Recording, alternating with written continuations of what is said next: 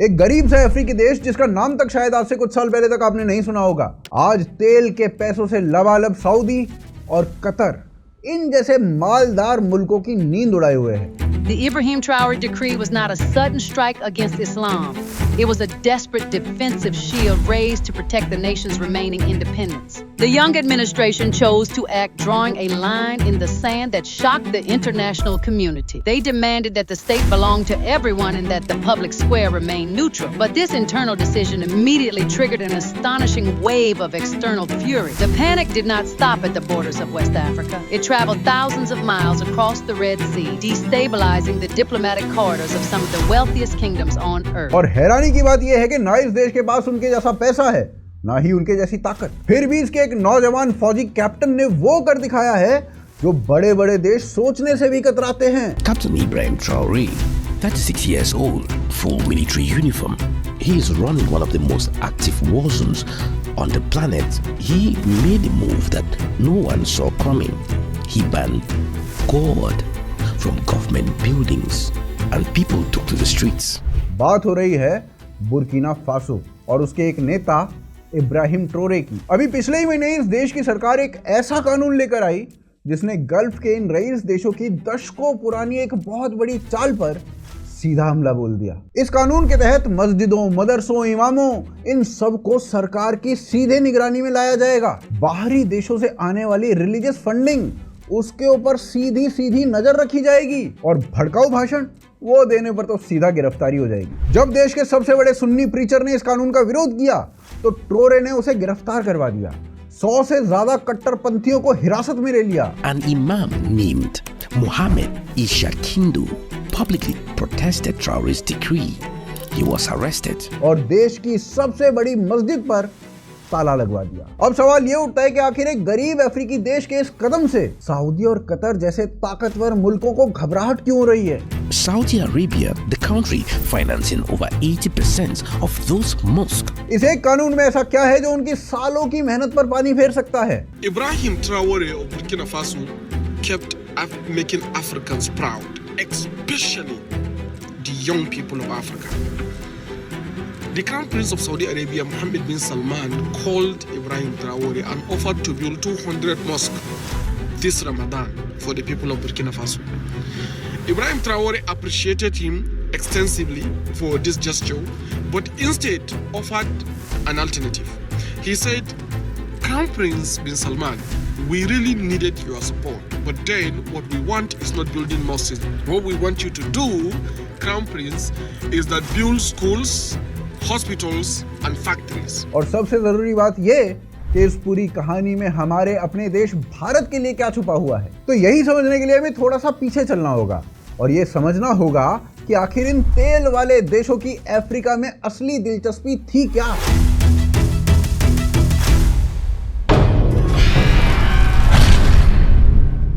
देखिए, Ibrahim Traore ने Qatar और सऊदी अरेबिया जैसे ऑयल रिच कंट्रीज की नींद कैसे उड़ा दी। ये समझने से पहले हमें इस बात को समझना होगा कि इन कंट्रीज का अफ्रीका के अंदर रियल इंटरेस्ट क्या था। लेकिन पहले इस बात को समझिए कि अफ्रीका कोई नॉर्मल कॉन्टिनेंट नहीं है, ये दुनिया का सबसे ज्यादा रिसोर्स रिच कॉन्टिनेंट है। Gold, uranium, lithium, diamonds, oil, gas, cotton, fertile lands, young population, सब कुछ अफ्रीका के पास है। लेकिन आयरनी देखिए कि जिसके पास इतना सब कुछ था वही कॉन्टिनेंट दुनिया के सबसे गरीब रीजन्स में काउंट होने लग गया, क्योंकि पहले यूरोपियंस आए और रिसोर्सेज को लूट कर चले गए। फ्रांस, ब्रिटेन, बेल्जियम जैसी कंट्रीज ने अफ्रीका को कॉलोनीज में तोड़ दिया और फिर इंडिपेंडेंस के बाद भी ये कंट्रीज फुली इंडिपेंडेंट नहीं हुई। Currency, military, mining, aid, NGOs, education, religion, हर जगह पर फॉरेन पावर्स का कंट्रोल बना रहा। ऊपर से आप ये देखोगे दुनिया के जितने भी पावरफुल देश रहे हैं उनका मकसद हमेशा से बिल्कुल साफ रहा है कि अपनी आइडेंटिटी को ज्यादा से ज्यादा फैलाना ताकि कंट्रोल करना आसान रहे। जैसे चाइना और रशिया ने कम्युनिज्म को फैलाया, अमेरिका ने कैपिटलिज्म को फैलाया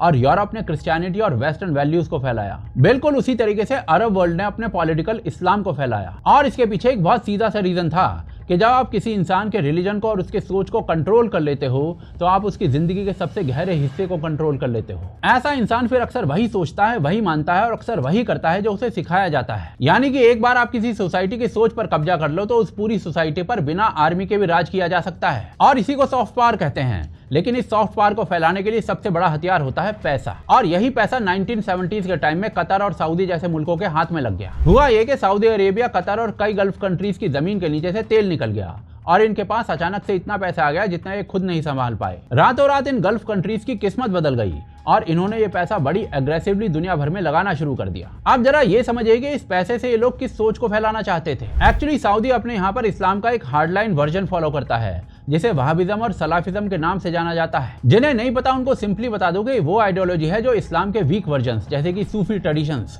मजार, म्यूजिक, लोकल रिवाज और कम्युनिटी बेस्ड प्रैक्टिसेस को रिजेक्ट करती है। वहाबिज्म पूरी तरीके से कट्टर है और सिर्फ प्योर और स्ट्रिक्ट फॉर्म ऑफ इस्लाम को फॉलो करने की बात करती है। तो ऐसे में gulf countries specially Saudi Arabia और बाद में कतर ने पॉलिटिकल इस्लाम को फैलाना एक मिशन बना लिया था, और इस मिशन के लिए सऊदी ने अपने तेल के पैसे से दुनिया भर में मस्जिदें, मदरसे, Islamic centres, religious books, scholarships, इमाम ट्रेनिंग और एनजीओज के थ्रू अपनी आइडियोलॉजी को एक्सपोर्ट करना शुरू कर दिया। कतार ने भी अपने सॉफ्ट पावर मॉडल के थ्रू चैरिटीज, मीडिया, डिप्लोमेसी और रिलीजियस नेटवर्क्स के थ्रू इन्फ्लुएंस बनाना शुरू कर दिया। अब इनका सबसे बड़ा निशाना बने अफ्रीका के गरीब देश, और इसकी वजह भी बहुत क्लियर थी। उस टाइम अफ्रीका के ज्यादातर देश जो थे वो सालों तक वेस्टर्न पावर्स की कॉलोनी रहे थे, और इसी वजह से वहां पर वेस्टर्न इन्फ्लुएंस और क्रिश्चियन इन्फ्लुएंस काफी स्ट्रांग हो गया था। और सऊदी जैसे देश इसी पिक्चर को बदलना चाहते थे। वो चाहते थे कि अब अफ्रीका के ऊपर पॉलिटिकल इस्लाम का रंग चढ़े। ऊपर से अफ्रीका एक परफेक्ट टारगेट था।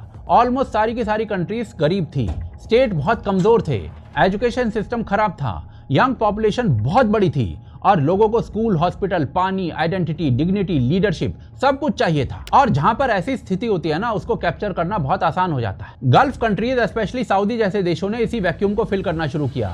इन्होंने यहाँ पर जगह जगह मस्जिदें बनानी शुरू की, रिलीजियस स्कूल्स खोले, अपनी सोच वाली रिलीजियस बुक्स बांटी, कुरान के मैसेज को फैलाया और अपने ट्रेंड इमामों को यहाँ पर भेजना शुरू कर दिया। यहाँ तक कि अफ्रीका के लोकल लोगों को गल्फ कंट्रीज में ले जाकर इमाम बनने की ट्रेनिंग तक दी गई और फिर उन्हें वापस उन्हीं अफ्रीकन कंट्रीज में वापस भेज दिया गया। और ये सब छोटे लेवल पर नहीं हो रहा था, ये पूरे अफ्रीका में मास लेवल पर हो रहा था। फॉर एग्जाम्पल, इथियोपिया में सिर्फ एक साल के अंदर 36 वहाबी मस्जिदें बनी थी। जिबूती जैसे छोटे से देश के अंदर सऊदी फंडेड मस्जिदों की संख्या कुछ ही सालों के अंदर 35 से बढ़कर 100 के पार पहुंच गई थी। और ये बात सिर्फ ईस्ट अफ्रीका की नहीं थी। West Africa, Sahel, Sudan, Somalia, Mali, Niger, Burkina Faso, हर जगह फॉरेन फंडेड रिलीजियस नेटवर्क जो थे वो एक्सपेंड हो रहे थे। और ये सब कोई चैरिटी नहीं की जा रही थी, ये पॉलिटिकल इस्लाम का वर्चस्व बढ़ाया जा रहा था। और इसके पीछे सऊदी जैसे देशों का गोल एकदम क्लियर था कि अफ्रीका को अपने रिलीजियस कंट्रोल में लाना है। वो भी AK-47 से नहीं, पैसे से, आर्मी से नहीं, मस्जिदों से, और टैंक से नहीं, मदरसों से। और सच कहूं तो ये लोग काफी हद तक सक्सेसफुल भी हो रहे थे। आप खुद डेटा देख लीजिए, अफ्रीका में मुस्लिम पॉपुलेशन 1900 के आसपास 25 to 30% के आसपास थी, लेकिन आज ये शेयर 50% से भी ऊपर पहुंच चुका है। प्योर रिसर्च के मुताबिक 2050 तक इस्लाम का एक बहुत बड़ा वर्ग अफ्रीका में होगा। और इस बात का मतलब यह है कि अफ्रीका सिर्फ एक रिसोर्स बैटलफील्ड नहीं रहा है, अफ्रीका एक रिलीजियस इन्फ्लुएंस बैटलफील्ड भी बन चुका है। यहां से बुर्किना फासो को अपने हार्ड लाइन रिलीजियस इन्फ्लुएंस में रंगने का असली खेल शुरू हो जाता है, और इसमें सबसे बड़ा नाम आता है कतर का। इंटरनेशनल क्राइसिस ग्रुप की रिपोर्ट के अनुसार कतर चैरिटी ने बुर्किना फासो में 2009 से 2015 के बीच, यानी सिर्फ 6 सालों के अंदर 496 मॉस्क बनवा दी। जरा सोचिए, सिर्फ 6 साल में लगभग 500 मॉस्क, वो भी एक ऐसे देश में जहां पर लोगों को clean drinking water, hospitals, schools और बेसिक सिक्योरिटी ये तक भी प्रॉपरली नहीं मिलते थे। पर असली खेल मॉस्क के अंदर नहीं होता था, मदरसों के अंदर होता था, क्योंकि मॉस्क बड़े लोगों के लिए था, उन्हें इन्फ्लुएंस करता था। पर मदरसा वो तो बच्चों को पकड़ता था, यानी देश की अगली पूरी जनरेशन को मदरसों ने पकड़ लिया। और यहीं से बचपन से ही रिलीजियस कंडीशनिंग का प्रोसेस शुरू होता है। बुर्किना फासो में फ्रैंको अरब स्कूल्स का एक पूरा नेटवर्क बिछाया गया।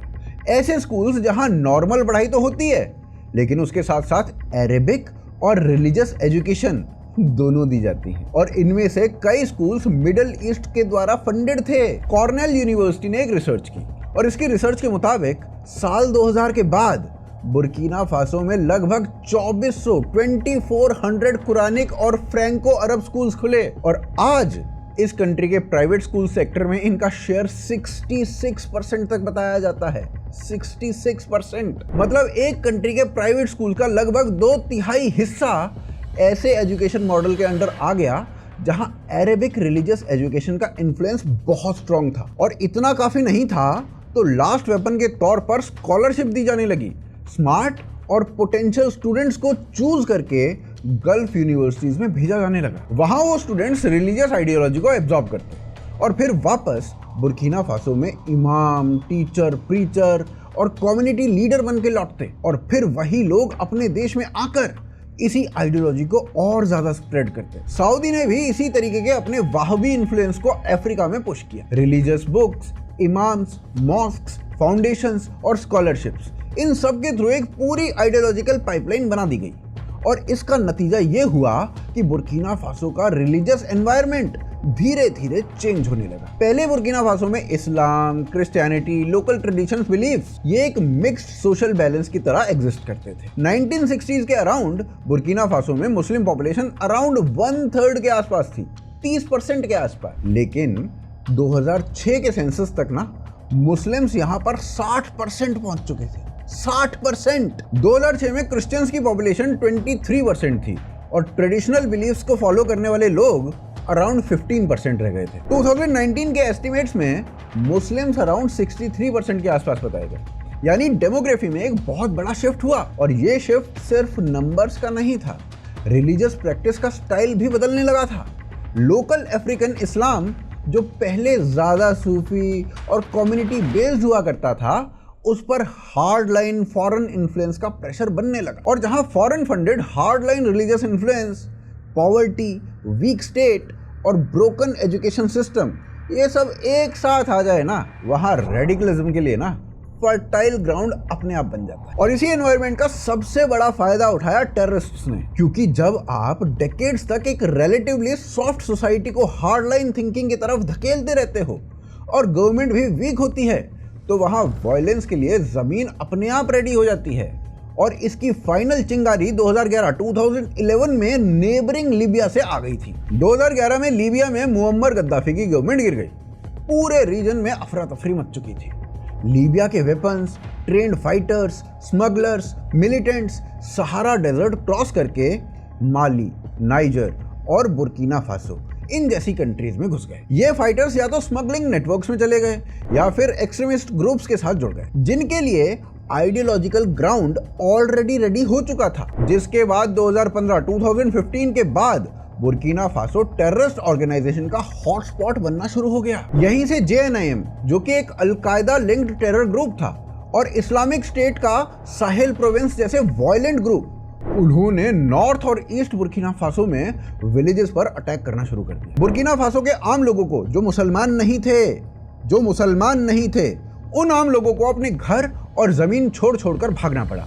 और जब लोग भाग गए तो इन टेरर ग्रुप्स ने उन एरियाज पर अपना कंट्रोल जमा लिया। विलेजेस से टैक्स लिया जाने लगा। अब स्कूल्स को बंद करा दिया गया, टीचर्स को धमकाया जाने लगा, लोकल चीफ्स को मारा गया, विमेन के ऊपर बहुत सारे इस्लामिक रूल्स इंपोज कर दिए गए और जो अपोज करे उसको पब्लिकली पनिश कर दिया गया। 2015 के बाद बुर्किना फासो में वायलेंस इतनी रैपिडली बढ़ा कि 2021 तक 10,000 से ज्यादा लोग मारे जा चुके थे और लगभग 20 लाख लोग 20 लाख पीपल डिस्प्लेस हो चुके थे। मतलब 2 मिलियन लोग अपने ही देश में रेफ्यूजी बन चुके थे। स्कूल्स पर इसका सबसे डेंजरस इंपैक्ट पड़ा। यूनेस्को के 2024 के डेटा के मुताबिक बुर्किना फासो में 5,336 स्कूल्स सिक्योरिटी क्राइसिस की वजह से बंद हो गए थे। ये पूरे देश के लगभग 20% से ज्यादा स्कूल्स थे और इनसे 8 लाख से ज्यादा 8 लाख स्टूडेंट्स अफेक्ट हो चुके थे। मतलब एक पूरी जनरेशन टेरर के शेडो में या तो पढ़ नहीं पा रही थी या फिर एक्सट्रीमिस्ट प्रेशर में जी रही थी। और अब यहाँ गौर करने वाली बात यह है कि बुर्किना फासो में वेस्टर्न ट्रूप्स काउंटर टेररिज्म के नाम पर पहले से ही प्रेजेंट थे। फ्रांस का मिलिट्री इन्फ्लुएंस डेकेड्स से था। अमेरिका भी साहेल काउंटर टेररिज्म आर्किटेक्चर का हिस्सा बना हुआ था, लेकिन ग्राउंड पर टेररिज्म खत्म ही नहीं हो रहा था। अब लोगों के मन में सवाल उठने लगा, अगर फ्रांस और वेस्ट सच में टेररिज्म को खत्म करने आए थे तो फिर टेररिज्म खत्म क्यों नहीं हो रहा है? उल्टा जिहादियों का जो कंट्रोल है वो तो बढ़ता ही जा रहा है। ऐसा क्यों हो रहा है? क्या ये लोग जिहादियों से लड़ने ही आए थे या जिहादियों का एक्सक्यूज यूज करके वेस्ट अफ्रीका में अपना कंट्रोल बनाने आए थे? हालात इतने खराब हो गए कि 2021-22 तक बुर्किना फासो का अराउंड 40% टेरिटरी जिहादियों के कंट्रोल में या उनके इन्फ्लुएंस में माना जाने लगा था। यानी बुर्किना फासो को दोनों तरफ से खाया जा रहा था। एक तरफ से हार्डलाइन जिहादिस्ट ग्रुप थे, दूसरी तरफ वेस्टर्न इन्फ्लुएंस था और बीच में आम आदमी पिस रहा था। फिर इसी बीच नॉर्दर्न फ्रंट लाइंस पर लड़ने वाले यंग ऑफिसर्स का सब्र टूटने लगता है। ये सोल्जर्स हर दिन जिहादियों के खिलाफ जान रिस्क पे रख के लड़ रहे थे, लेकिन इनके पास बेसिक वेपन्स, सप्लाईज और सपोर्ट कुछ भी नहीं था, कुछ भी। इधर ये सोल्जर्स मर रहे थे, वहीं टॉप लीडरशिप फ्रेंच एडवाइजर्स के साथ कंफर्टेबल पॉलिटिक्स कर रही थी। इन्हीं सोल्जर्स को अब लगने लगा था कि अगर देश बचाना है तो खुद पावर में आना पड़ेगा, नहीं तो ये जिहादी और फॉरेन पावर्स मिलकर देश को पूरी तरीके से खा जाएंगे। और इसी थिंकिंग के साथ सितंबर 2022 में इब्राहिम ट्रोरे उसने अपने बाकी ऑफिसर्स के साथ मिलकर मिलिट्री कू कर दिया। देखिए, साल 2022 में इब्राहिम ट्रोरे ने पावर अपने हाथ में ले ली थी और इसका रीजन बहुत सिंपल सा था। पिछली गवर्नमेंट टेररिज्म को रोकने में कंप्लीटली फेल हो चुकी थी। बस फिर क्या था, पावर में आते ही उसने एक एक करके बुर्किना फासो की प्रॉब्लम्स को एड्रेस करने का प्लान बना लिया। सबसे पहले उसने सिंबॉलिक लेवल पर मैसेज दिया।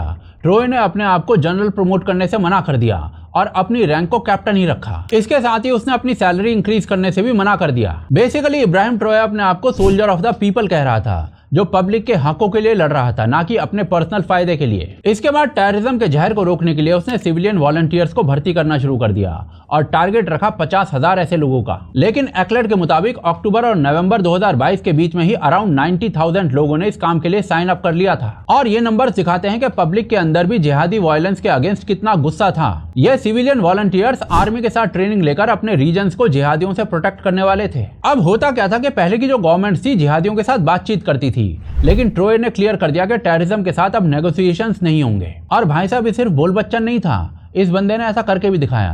अप्रैल 2023 में उसने जनरल मोबिलाइजेशन अनाउंस कर दी और इसका मतलब ये था कि स्टेट को अब जिहादी ताकतों से लड़ने के लिए जो भी जरूरी है वो दिया जाएगा। एंड इस चीज का गोल क्लियर था, बुर्किना फासो की जो अराउंड 40% टेरिटरी जिहादियों के हाथ में चली गई थी उसको वापस लेना है। साथ ही साथ ट्रोए ने फ्रांस को डायरेक्टली चैलेंज करते हुए उसे बुर्किना फासो से बाहर का रास्ता दिखा दिया था, जो दशकों से इस देश को अपनी जेब भरने के लिए यूज कर रहा था। इब्राहिम ट्रोए ने अपने रूल के कुछ ही सालों के अंदर वेस्टर्न डिपेंडेंसी को बहुत कम कर दिया था। यह बंदा IMF और वर्ल्ड बैंक टाइप की कंडीशंस वाले फाइनेंशियल मॉडल के खिलाफ खड़ा हुआ और एंटी करप्शन कैंपेन भी पुश किया अपने देश के अंदर। बुर्किना फासो के मिनिस्टर्स और ब्यूरोक्रेट्स जो पैसे की मलाई चाट रहे थे उसको भी कट किया और आत्मनिर्भर होने पर फोकस किया। अब अकेले लड़ना मुश्किल था तो वेस्ट से टक्कर लेने के लिए ट्रोए ने रशिया का सपोर्ट भी लिया और जिहादी ग्रुप से लड़ने के लिए माली और नाइजर जैसे देशों के साथ मिलकर अलायंस ऑफ साहिल स्टेट बनाया। 2025 में बुर्किना फासो, माली और नाइजर ने मिलकर 5,000 ट्रेंड लोगों की ऐसी ट्रूप बनाई जिनका एकमात्र गोल था साहिल रीजन के अंदर जिहादी ग्रुप्स को खत्म करना। लेकिन इतना सब करने के बाद भी रेडिकलाइजेशन का जहर कंप्लीटली खत्म नहीं हो रहा था, क्योंकि प्रॉब्लम सिर्फ जंगल में बंदूक लेकर बैठे हुए टेररिस्ट की नहीं थी। प्रॉब्लम उन आइडियोलॉजिकल रूट्स की भी थी जहां से ये रेडिकलाइजेशन बार बार पैदा होता था। और तब जाकर इब्राहिम ट्रोए को समझ में आया था कि भाई इस रूट को ही काटना पड़ेगा। और इसके बाद 2026 में उसने बड़े लेवल पर क्रैकडाउन लॉन्च किया था और इसके लिए मई 2026 में बुर्किना फासो की सरकार रिलीजियस फ्रीडम्स को रेगुलेट करने वाला एक कानून लेकर आ गई है, जिसके पीछे सरकार का एम है कि पब्लिक ऑर्डर और रिलीजियस चीजों को स्टेट फ्रेमवर्क के अंदर लाया जाए। सिंपल भाषा में बोलूं तो भाई साहब, मस्जिदों, इमामों, मदरसों और रिलीजियस ऑर्गेनाइजेशंस को पूरी तरीके से मॉनिटर किया जाएगा। दूसरे देशों से फंडेड रिलीजियस इन्फ्लुएंस को डायरेक्टली चेक किया जाएगा। सड़क पर नमाज पढ़ना अलाउड नहीं होगा। मस्जिदों से भड़काऊ भाषण देने पर सीधा अरेस्ट होगा। इल्लीगल मस्जिदों को खत्म किया जाएगा। और यही सारे पॉइंट्स सऊदी और कतर जैसे देशों के इन्फ्लुएंस के लिए सबसे बड़ा खतरा है, क्योंकि दशकों से जो इकोसिस्टम इन देशों की फंडिंग से बना था उस पर पहली बार स्टेट का हाथ पड़ रहा है। अब देखिए, ऐसा नहीं है कि सब कुछ स्मूथली हो गया है। बुर्किना फासो के सबसे बड़े सुन्नी लीडर मोहम्मद इसाक किंडो ने इस रिलीजियस फ्रीडम लॉ को बकवास बता दिया है। और सिर्फ यही नहीं, देश भर में कई जगह रेडिकल सुन्नी इस्लामिस्ट ने इब्राहिम ट्रोए के खिलाफ प्रोटेस्ट शुरू कर दिया है। लेकिन इब्राहिम ट्रोए ने इन सबको अरेस्ट कर लिया है। रिपोर्ट्स के मुताबिक करीब 100 से ज्यादा रेडिकल इस्लामिस्ट को डिटेन किया जा चुका है। साथ ही साथ बुर्किना फासो के सबसे बड़े शहर ओगाडोगो की भी सबसे बड़ी सुन्नी मस्जिद पर फिलहाल के लिए ताला लगा दिया गया है। और यही बात सऊदी और कतर जैसे देशों के लिए डर की असली वजह है। उन्हें इब्राहिम ट्रोए से कभी भी इसलिए डर नहीं लगेगा कि उसने उनके अगेंस्ट कोई डायरेक्ट मिलिट्री कैंपेन छेड़ दिया है। डर इसलिए है कि उसने एक डेंजरस एग्जाम्पल सेट कर दिया है। उसने ये दिखाने की कोशिश की है कि एक गरीब अफ्रीकन देश भी अपनी सॉवरेंटी को, अपनी संप्रभुता को वापस ले सकता है। एक गरीब अफ्रीकन देश भी अपने ऊपर दूसरे के कंट्रोल को तोड़ सकता है। और इसका रिजल्ट पता है क्या होगा? आज अगर बुर्किना फासो इस रेडिकलाइजेशन के जहर से बाहर निकल आता है तो कल को माली भी यही कर सकता है, नाइजर और चाड भी यही कर सकते हैं। और अगर यह मॉडल पूरे एरिया में स्प्रेड हो गया तो सऊदी और कतर की वो पूरी रिलीजियस इस्लाम वाली मशीनरी जो दशकों तक पैसा बहाकर बिछाई गई थी वो हिलने लग जाएगी। और इसीलिए असल बात ये नहीं है कि इब्राहिम ट्रोए ने सऊदी और कतर को हरा दिया है। उसने अभी तक ऐसा कुछ नहीं किया है। असल बात यह है कि उसने एक मूवमेंट की शुरुआत जरूर कर दी है। और यही इन सऊदी जैसे देशों के लिए सबसे बड़ा नाइटमेयर है जो कि अफ्रीका के अंदर पॉलिटिकल इस्लाम को पहुंचाना चाहते थे। क्योंकि कहते हैं ना कि जब शिकार खुद सचेत हो जाता है तो शिकारी कुछ नहीं कर पाता। अब देखो, बात ये बिल्कुल नहीं है कि बुर्किना फासो कर क्या रहा है। बात बस ये है कि उसने टाइम रहते एक्शन लेना शुरू कर दिया। और यही सबसे बड़ा लेसन है, क्योंकि हिस्ट्री विटनेस है कि जो कंट्री टाइम रहते एक्शन ले लेती है वही बची रहती है, वरना सब खत्म हो जाती है। जो countries fear, vote bank, image management और फेक सेक्युलरिज्म के चक्कर में टाइम वेस्ट करती हैं वो धीरे धीरे अंदर से सड़ जाती है। फिर चाहे वो सीरिया हो, अफगानिस्तान हो या फिर पाकिस्तान हो, हर जगह रेडिकलिज्म को पहले इग्नोर किया गया। पहले बोला गया कि ये छोटा सा इशू है, फिर बोला गया ये आइसोलेटेड इशू है, फिर बोला गया ये अनएम्प्लॉयमेंट का इशू है, फिर बोला गया ये फॉरेन पॉलिसी का इशू है। और जब तक स्टेट को रियलिटी समझ में आई तब तक पूरी सोसाइटी टूट चुकी थी। इंडिया भी आज इसी एक सीरियस पॉइंट पर खड़ा हुआ है। यहाँ भी वही ओल्ड पैटर्न अलग अलग फॉर्म्स में देखा जा रहा है। मदरसा रेडिकलाइजेशन के allegations, sleeper cells, jihadist modules, foreign funding, illegal religious constructions, extremist preaching और इवन एजुकेटेड प्रोफेशनल्स का टेरर नेटवर्क में इन्वॉल्व होना, सब देखा जाए। और इसीलिए सबसे ज़रूरी बात यह है कि हमें भी टाइम रहते जागना होगा और एक्शन लेना होगा, इससे पहले कि बहुत देर हो जाए। एक सिविलाइज्ड कंट्री में रिलीजन प्राइवेट फेथ हो सकता है, लेकिन पैरेलल स्टेट नहीं हो सकता है। अगर स्कूल चल रहा है तो सिलेबस स्टेट स्टैंडर्ड के अंडर आएगा। अगर फॉरेन फंडिंग आ रही है तो सोर्स डिक्लेयर करना पड़ेगा। अगर प्रीचर पब्लिक स्पीच दे रहा है तो लॉ के अंडर होगा। अगर रिलीजियस इंस्टीट्यूशन लैंड ऑक्यूपाई कर रहा है तो लॉ अप्लाई होगा। अगर किसी चाइल्ड एजुकेशन सिस्टम में एक्सट्रीमिस्ट थिंकिंग इंजेक्ट हो रही है तो उस पर एक्शन लिया जाएगा। बुर्किना फासो का लेसन सिंपल है, रेडिकलिज्म को इग्नोर करोगे तो वो कल स्टेट को चैलेंज करेगा। फॉरेन फंडिंग को इग्नोर करोगे तो कल फॉरेन आइडियोलॉजी तुम्हारी सोसाइटी को शेप करेगी। और रिलीजियस इंस्टीट्यूशंस को लॉ से ऊपर बना दोगे तो कल वही इंस्टीट्यूशन स्टेट से भी ऊपर बिहेव करने लगेगा। और रही बात इब्राहिम ट्रोरे की, तो इतना सारा प्रेशर झेलने के बाद भी आज भी वो झुकने को रेडी नहीं है। उल्टा वो ऐसे ऐसे स्टेप्स ले रहा है जिससे ये कहना गलत नहीं होगा कि आज वो हार्डलाइन इस्लामिस्ट नेटवर्क्स के लिए एक मेजर नाइटमेयर बन चुका है। और वैसे ये ट्रोरे सिर्फ कतर या सऊदी के इन्फ्लुएंस मॉडल के लिए हेडेक नहीं है, वो वेस्टर्न कंट्रीज के लिए भी सबसे बड़ा हेडेक बन चुका है। इस मुद्दे के ऊपर ना हमने एक अलग से वीडियो बनाया था जिसका लिंक आपको मैं नीचे डिस्क्रिप्शन में दे दूंगा। बाकी ये वीडियो आपको कैसा लगा वो हमें आप कमेंट्स में ज़रूर बताइए। चैनल को सब्सक्राइब कीजिए, वीडियो को ज़्यादा से ज़्यादा शेयर करिए। और अगर आप हमें सपोर्ट करना चाहते हैं तो यूपीआई, पेट्रियन और ज्वाइन बटन, इन तीनों के थ्रू कर सकते हो। सभी का लिंक जो है वो डिस्क्रिप्शन में आपको मिल जाएगा। आप देख रहे थे आज की ताज़ा खबर। जय हिंद, जय भारत।